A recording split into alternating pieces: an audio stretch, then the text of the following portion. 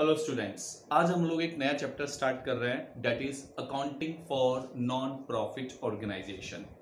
सबसे पहले तो हम बात करते हैं कि नॉन प्रॉफिट ऑर्गेनाइजेशन बेसिकली है क्या। जैसे इसके नाम से क्लियर है, नॉन प्रॉफिट ऑर्गेनाइजेशन मतलब ये वो ऑर्गेनाइजेशन है जिनका main motto main objective profit कमाना नहीं है। अगर अपन इस कैटेगरी में जाए कि ऐसे कौन से ऑर्गेनाइजेशंस हैं जिनका मेन मोटो प्रॉफिट कमाना नहीं है, सिर्फ सर्विस प्रोवाइड करना या सोसाइटी को कुछ देना अगर उनका ऑब्जेक्टिव है, तो इसके हम एग्जांपल्स ले सकते हैं स्कूल, कॉलेज, हॉस्पिटल्स, क्लब्स।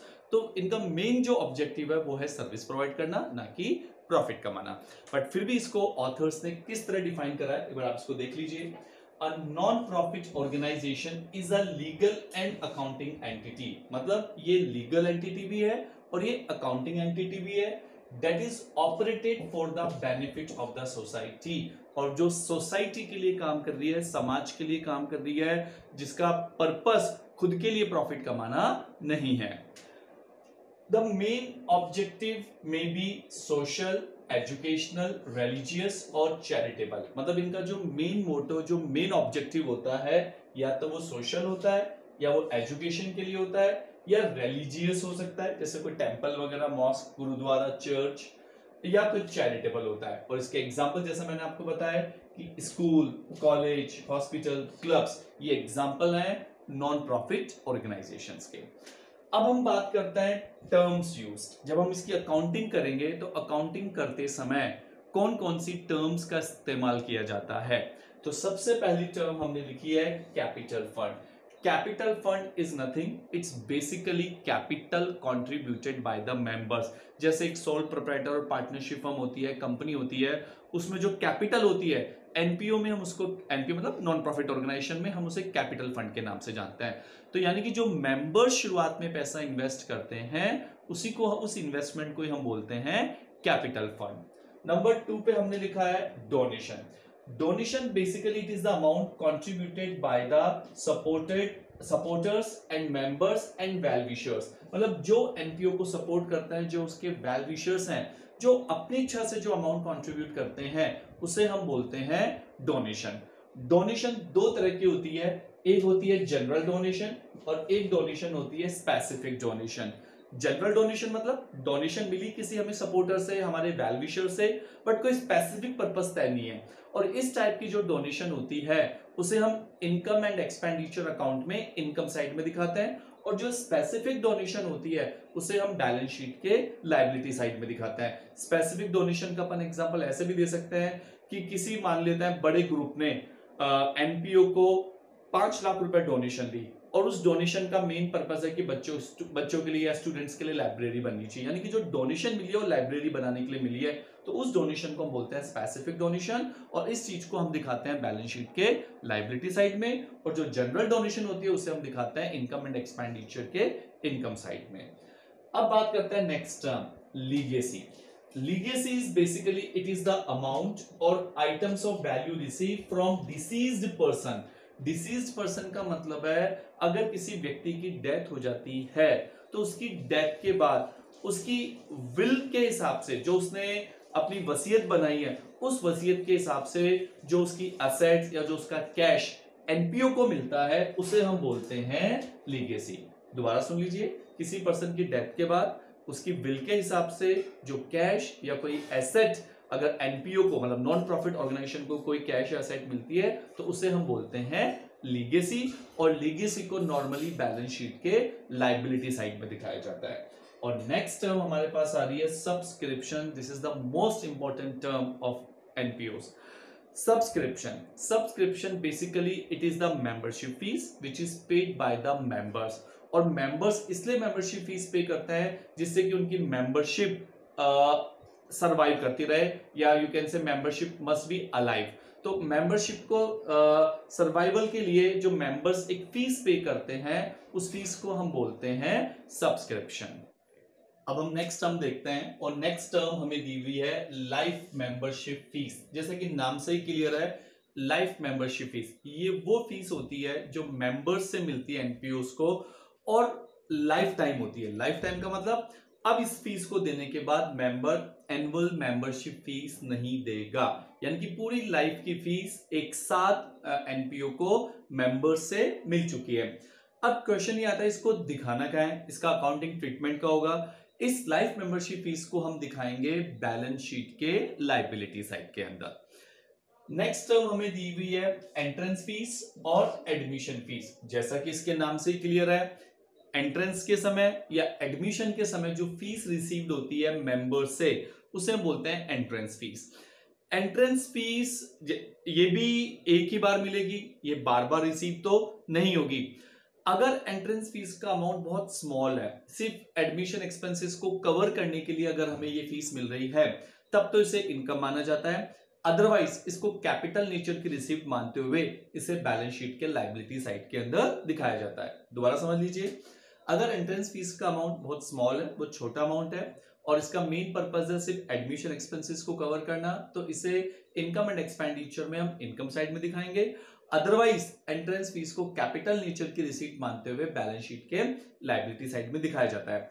अब जब हम क्वेश्चन सॉल्व करेंगे तो मैक्सिमम क्वेश्चन में क्लियर कट लिखा हुआ आ जाता है कि एंट्रेंस फीस को हमें रेवेन्यू नेचर की इनकम मानना है या कैपिटल नेचर की रिसीट मानना है। और कभी कभी तो ऐसा भी लिखा हुआ होता है कि 60% एडमिशन फीस जो रेवेन्यू नेचर की है और 40% कैपिटल नेचर की है। तो जो रेवेन्यू नेचर वाला पार्ट होगा वो इनकम साइड में आ जाएगा और जो कैपिटल नेचर वाला पार्ट होगा वो बैलेंस शीट के लायबिलिटी साइड में आ जाएगा।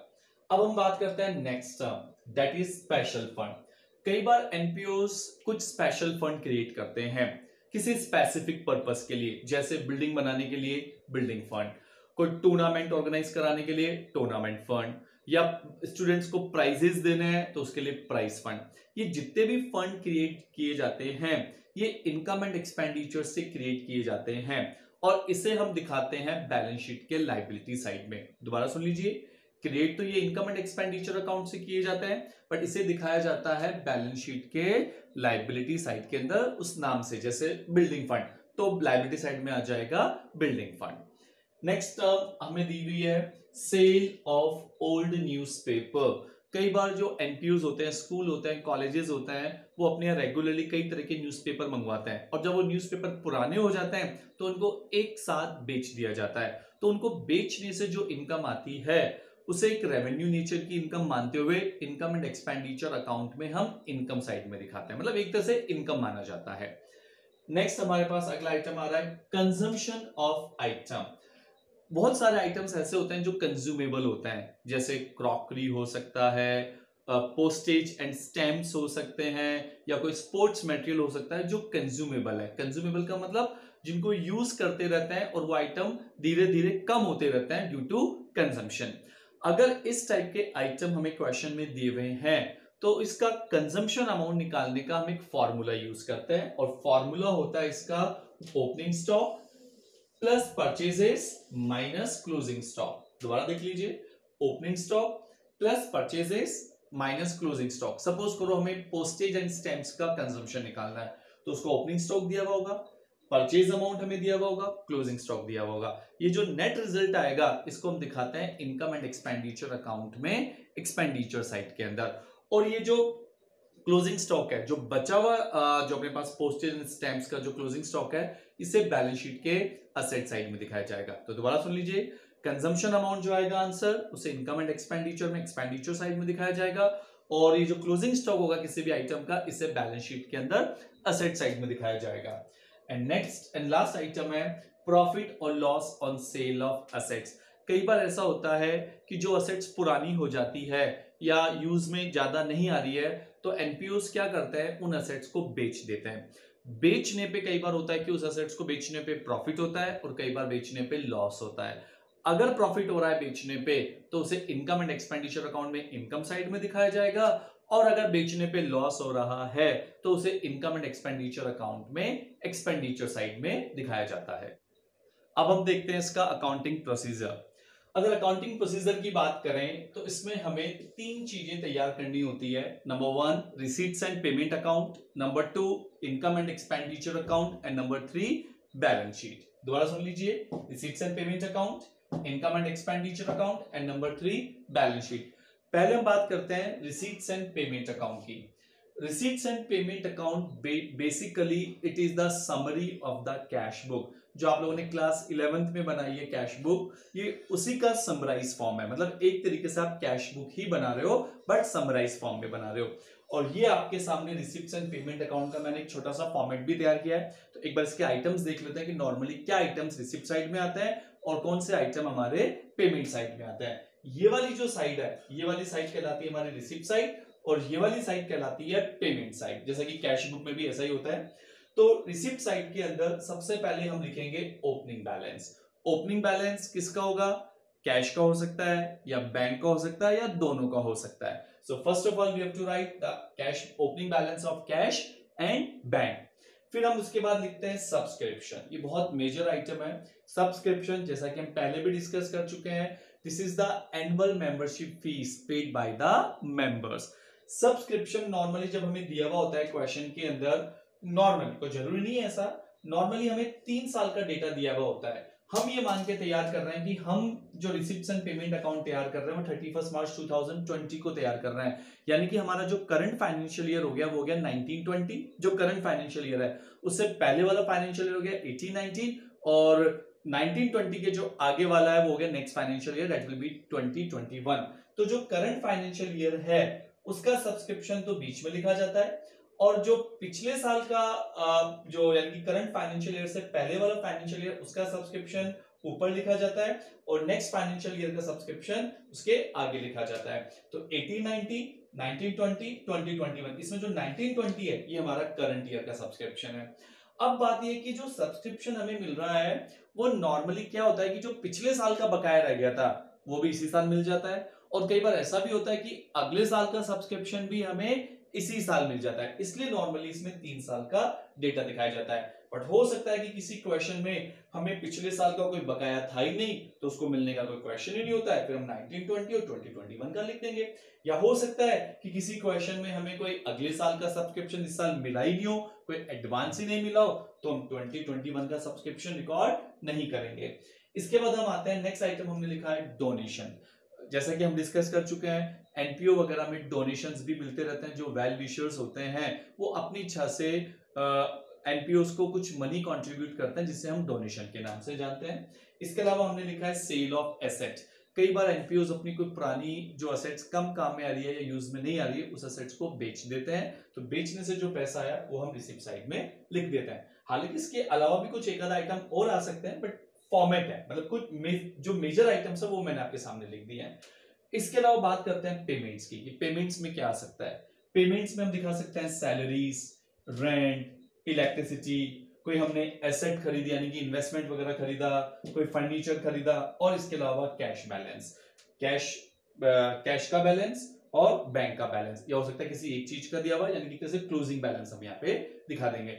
अब एक बात ध्यान रखने वाली है कि पेमेंट साइड के अंदर रेवेन्यू नेचर के आइटम्स भी आ रहे हैं यानी कि हमारे एक्सपेंसेस भी आ रहे हैं और इस साल जो हमने एसेट्स खरीदी है वो भी आ रही है, ये ध्यान रखना है। यानी कि रेवेन्यू नेचर के आइटम भी आ रहे हैं और कैपिटल नेचर के आइटम्स भी आ रहे हैं। और एक बात और, मैक्सिमम क्वेश्चंस में receipts and payment account question के अंदर दिया हुआ होता है, स्टूडेंट्स को बनाने की जरूरत नहीं होती है। बहुत रेयर क्वेश्चन में रिसिप्ट्स एंड पेमेंट अकाउंट बनाना पड़ता है और मैक्सिमम टाइम भी हमें क्वेश्चन के अंदर ही दिया हुआ होता है। अब बात करते हैं नेक्स्ट अकाउंटिंग प्रोसीजर में। मैंने आपको बोला था कि सबसे पहले हम तैयार करते हैं रिसिप्ट्स एंड पेमेंट, उसके बाद हमें तैयार करना होता है income and expenditure.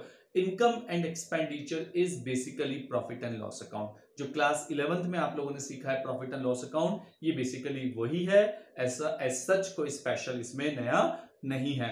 Income and expenditure की अपन फॉर्मेट की बात करें तो इस साइड में हम दिखाते हैं एक्सपेंडिचर और उस साइड में राइट हैंड साइड में हम दिखाते हैं इनकम। हालांकि नाम है इनकम एंड एक्सपेंडिचर बट पहले आता है एक्सपेंडिचर और फिर हम दिखाते हैं उसमें इनकम्स।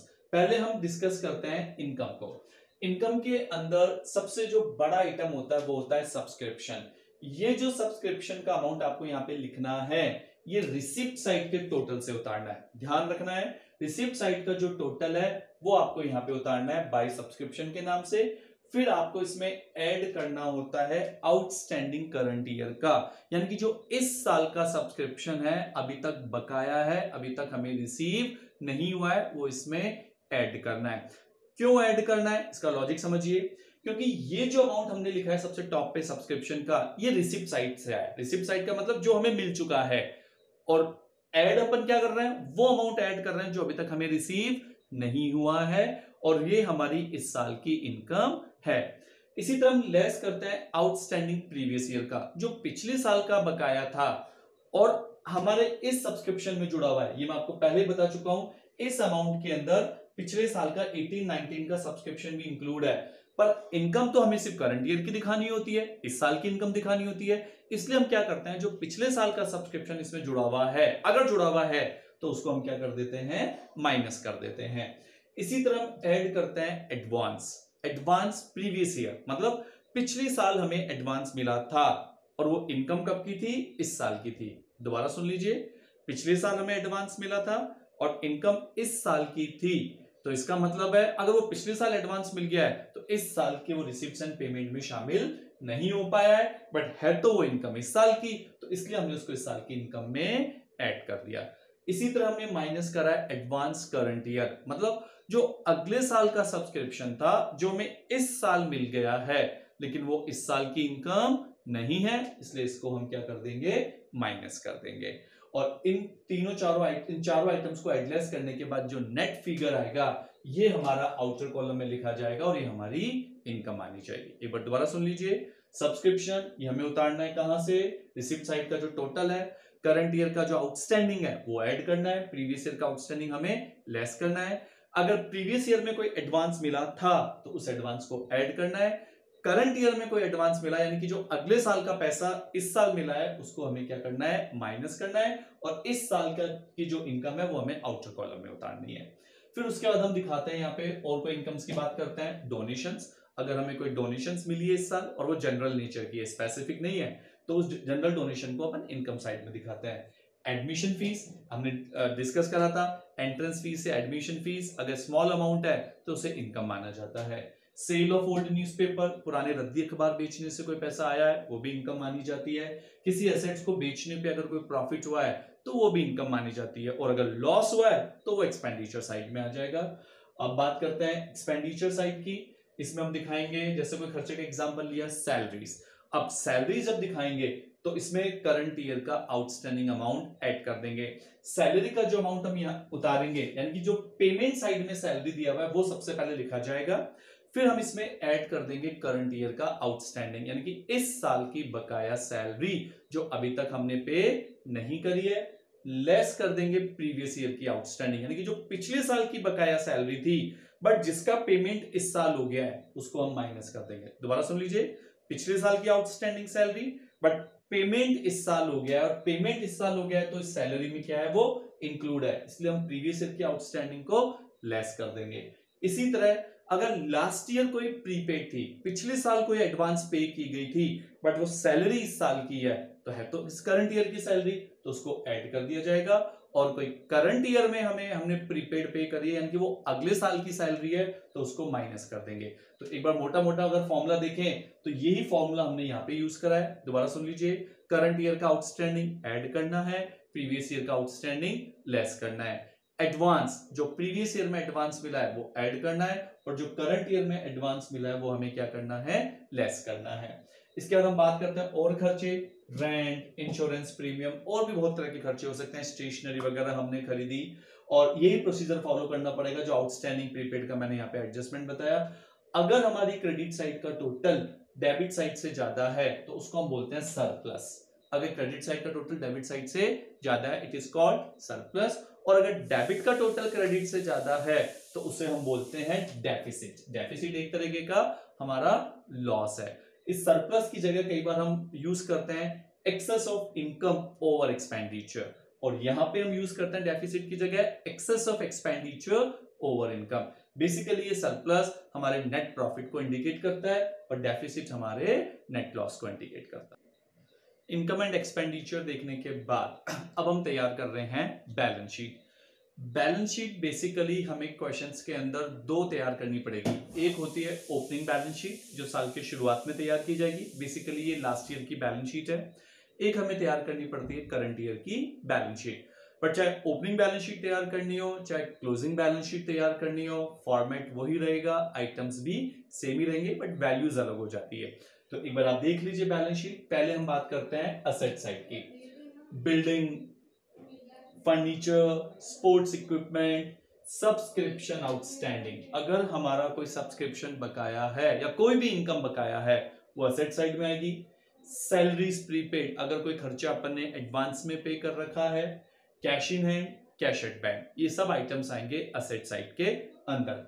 बिल्डिंग, फर्नीचर या कोई भी फिक्स एसेट अगर होती है और उसमें अगर करंट ईयर का डेप्रिसिएशन हमें एडजस्टमेंट में दिया हुआ है, तो डेप्रिसिएशन भी हमें माइनस करना पड़ता है और उस डेप्रिसिएशन को हम एक्सपेंडिचर साइड में दिखाते हैं। दोबारा सुन लीजिए, डेप्रिसिएशन अगर एडजस्टमेंट में दिया हुआ है तो एक तो एक्सपेंडिचर साइड में आएगा, इनकम एंड एक्सपेंडिचर में, और उसको फिक्स एसेट्स में से भी हम लेस करके बताएंगे। अब हम आते हैं लायबिलिटी साइड के अंदर। लायबिलिटी साइड में सबसे पहले हम दिखाएंगे कैपिटल फंड। कैपिटल फंड के बाद हम उसमें ऐड करेंगे सरप्लस, सरप्लस का नेट प्रॉफिट, और अगर लॉस है यानी कि डेफिसिट है तो उसको माइनस कर देंगे। कोई सब्सक्रिप्शन अगर हमें एडवांस में मिला है तो वो हमारी लायबिलिटी है। कोई सैलरी अगर आउटस्टैंडिंग है या कोई भी खर्चा अगर हमारा आउटस्टैंडिंग है तो वो भी लायबिलिटी साइड के अंदर ही दिखाया जाता है। एक बात और, जब हम ये बिल्डिंग, फर्नीचर या कोई भी एसेट दिखाते हैं तो ये दो फिगर्स का कंपोनेंट होता है। एक तो होता है पिछले साल की बैलेंस शीट से फिगर उतर के आया, उसमें प्लस हो जाएगा इस साल कोई अगर आपने फिक्स एसेट्स खरीदी है तो वो ऐड हो जाएगी। दोबारा सुनिए, जो पिछले साल का फिगर है वो आएगा, प्लस इस साल अगर हमने कोई फिक्स एसेट्स परचेज करी है या कोई बेची है तो वो माइनस हो जाएगी, और जो डेप्रिसिएशन है वो भी हमें साथ में माइनस करना होता है। और फिर लास्ट में हमारा बैलेंस शीट का टोटल इक्वल हो जाएगा, जैसा कि हम जानते हैं।